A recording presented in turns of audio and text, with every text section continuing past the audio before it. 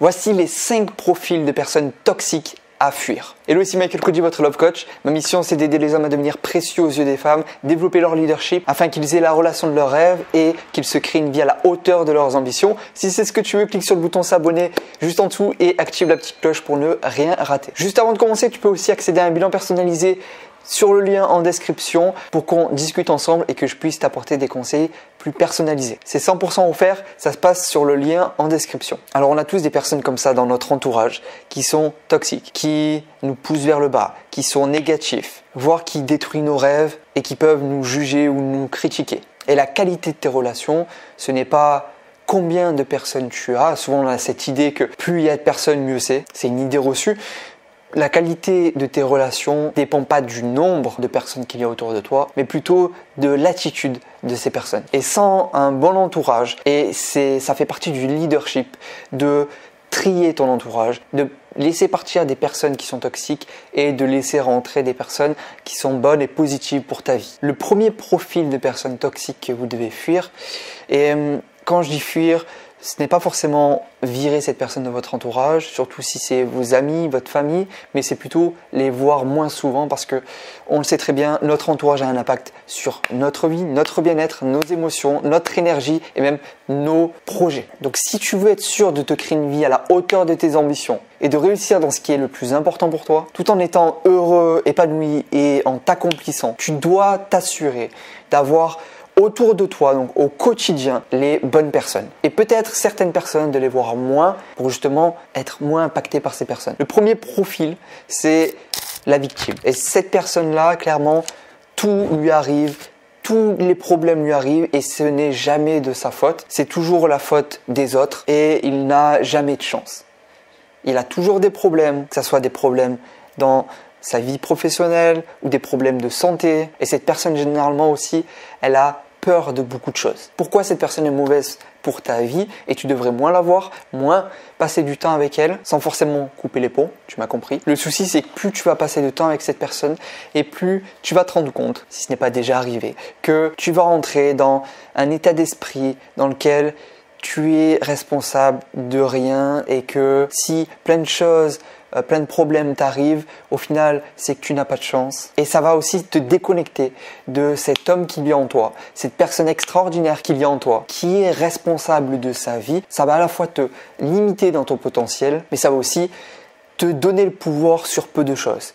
Autrement dit, si tu as des problèmes de surpoids, plus tu vas passer de temps avec cette personne et peut-être qu'au final, tu vas commencer à te dire à toi-même et y croire que tu ne peux rien y faire, que c'est pas de ta faute. Et peut-être cette personne t'a déjà dit que c'est la génétique, que si tu n'arrives pas à prendre de poids, alors certes il y a des pathologies, il y a des choses qui peuvent être confirmées au niveau médical qui montrent qu'effectivement pour toi c'est différent, mais même si ce n'est pas le cas, tu vas commencer à croire que tu ne peux pas perdre de poids, que tu ne peux pas te mettre au sport, que tu ne peux pas faire ci, faire ça, et avoir de moins en moins de pouvoir dans ta vie, que ce soit sur ton alimentation, sur ton physique, sur tes finances, sur ta carrière, sur le métier que tu fais. Et encore une fois, si tu veux te créer une vie extraordinaire à la hauteur de tes ambitions, tu dois avoir ce mindset dans lequel tu es responsable de tout ce qui t'arrive. Et donc, si tu es responsable de ça, ça veut dire que tu peux changer les choses et que tu as du pouvoir sur ça. Donc voilà les vrais inconvénients que va t'apporter au fur et à mesure du temps cette personne qui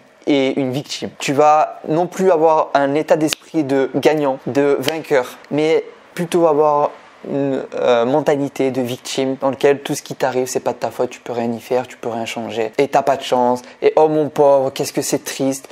Et au final, ces personnes-là, qu'est-ce qu'elles veulent? Juste attirer l'attention. C'est leur seul moyen qu'ils ont trouvé et ça se fait de manière inconsciente. Ils veulent de l'attention et du coup, ils ont remarqué qu'en jouant la victime, ils l'ont. Et c'est encore des petits enfants, des petits garçons, des petites filles. Même si ces personnes-là sont des adultes et peut-être ont une famille et un mariage et des enfants, ils sont toujours des enfants à l'intérieur d'eux. En termes de leadership, ils ont le leadership d'un enfant au point qu'ils peuvent, pour eux, tout leur arrive et ils peuvent rien faire. Et ils veulent être sans arrêt consolés, rassurés. Ils veulent qu'on leur dise que c'est pas de leur faute et que on est désolé pour ce qui leur arrive, etc. Le deuxième profil de personnes toxiques à fuir, c'est les pessimistes.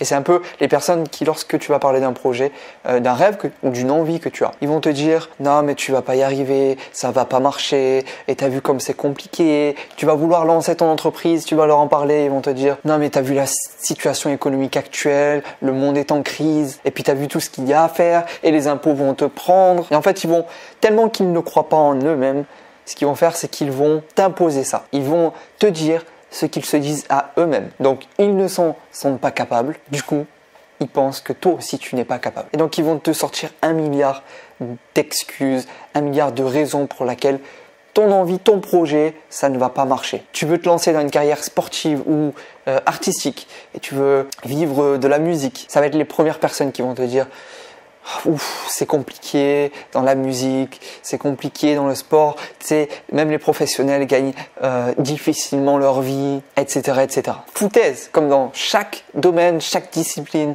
t'as des gens qui réussissent, t'as des gens qui gagnent bien leur vie et t'en as d'autres qui galèrent. Mais voilà, ces personnes-là pessimistes vont toujours te démotiver et surtout te montrer quelque part que tu n'es pas capable. Et peuvent même prendre des exemples de ta vie pour te montrer que regarde, t'as pas réussi là, t'as pas fait ça, t'avais dit tu ferais ça, tu l'as pas fait, c'est comme la dernière fois quand tu m'as dit ça, etc. Regarde ce qui s'est passé. Bref, ils vont vraiment te manipuler et te montrer que tu n'es pas capable. Je vais te partager maintenant les 3 autres profils de personnes toxiques à fuir absolument pour ta vie, pour ton bonheur, pour tes relations. Et juste avant, mets un like en dessous si la vidéo te plaît. Et dis-moi aussi en commentaire si tu voudrais l'inverse, c'est-à-dire une vidéo dans laquelle je te donne les 5 profils de personnes que tu devrais avoir dans ton entourage. Si ça te dit, écris-le en commentaire. Le 3e profil des personnes toxiques que tu ne dois pas avoir dans ton entourage, c'est les destructeurs de rêves, autrement dit les peureux. Donc, c'est des personnes, un peu comme le 2e profil où là, la personne est pessimiste et elle va te montrer que tu n'es pas capable et que ça ne va pas marcher.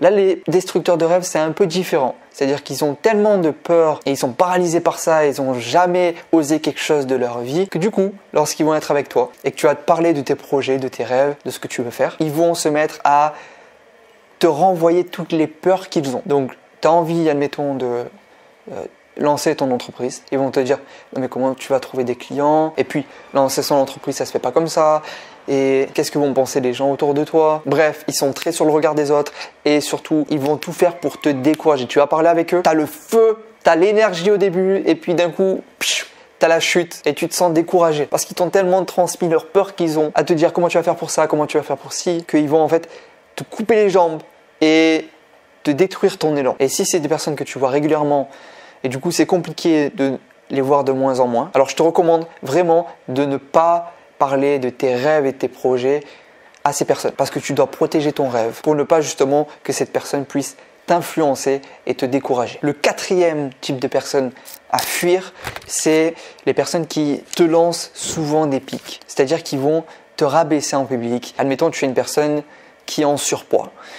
Ces personnes-là vont te lancer des pics sur ça. Ou alors, si tu oublies beaucoup de choses, lorsque tu vas les voir, tu peux être sûr qu'ils vont te dire un mot à propos de ça, en rigolant. Et ça qui est le plus malsain, c'est qu'ils vont te lancer des pics, ils vont quelque part te rabaisser en public, mais comme c'est fait en rigolant, du coup, ça passe avec les gens autour de toi. Et c'est pas vu comme un manque de respect. Sauf que c'en est vraiment un, c'est un rabaissement. Quelqu'un où tu sens qu'il te lance des pics souvent. Déjà, la meilleure réaction, c'est de ne pas réagir à ça. Et on en a tous dans notre entourage des gens comme ça. Et à force, ça devient fatigant. Le 5e et dernier profil de personnes toxiques à fuir, c'est ceux qui ne s'excusent jamais. Et il y en a chez qui, même s'ils sont en tort, qui savent qu'ils t'ont peut-être blessé ou qui t'ont manqué de respect, ou qui en tout cas ils n'auraient pas dû faire ça, que leur comportement n'a pas été bienveillant et au contraire négatif, et que pour une personne normale elle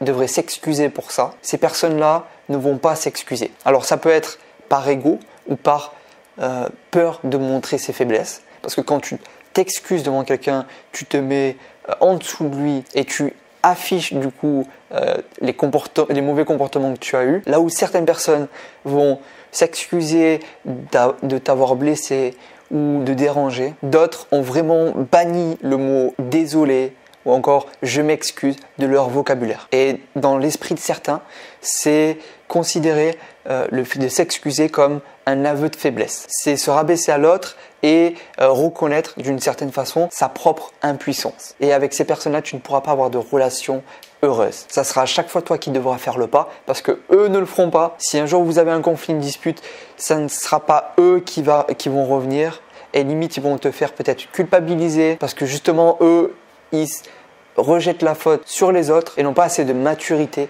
pour dire lorsque c'est le cas, lorsque tu es en tort, je m'excuse, je suis désolé. Et vraiment, n'accepte pas ces personnes dans ta vie. Si maintenant tu veux aller plus loin, je t'ai préparé une formation 100% offerte, la formation Elite Men, dans laquelle je t'explique comment devenir précieux et attirant aux yeux des femmes, comment avoir la relation de tes rêves, mais également comment développer ton leadership. Et tu en as besoin pour, ne serait-ce le sujet de la vidéo dans ton entourage, tu remarqueras que plus la personne a de maturité, pas émotionnelle, hein, de maturité en termes de leadership, et plus cette personne va avoir moins de gens autour de lui, mais des personnes de qualité et bienveillantes. Contrairement à quelqu'un qui n'a pas de maturité de leadership, il y a beaucoup de personnes autour de lui et beaucoup de mauvaises relations, beaucoup de personnes toxiques autour de lui parce que justement, il a du mal à se séparer de tout ça et faire quelque part du ménage afin d'avoir une vie extraordinaire, mais aussi des relations extraordinaires. Et tu vois vraiment entre ces deux personnes-là, l'entourage, il y en a un, il va être rempli de tout et dont les 5 profils que je t'ai donnés, et l'autre qui a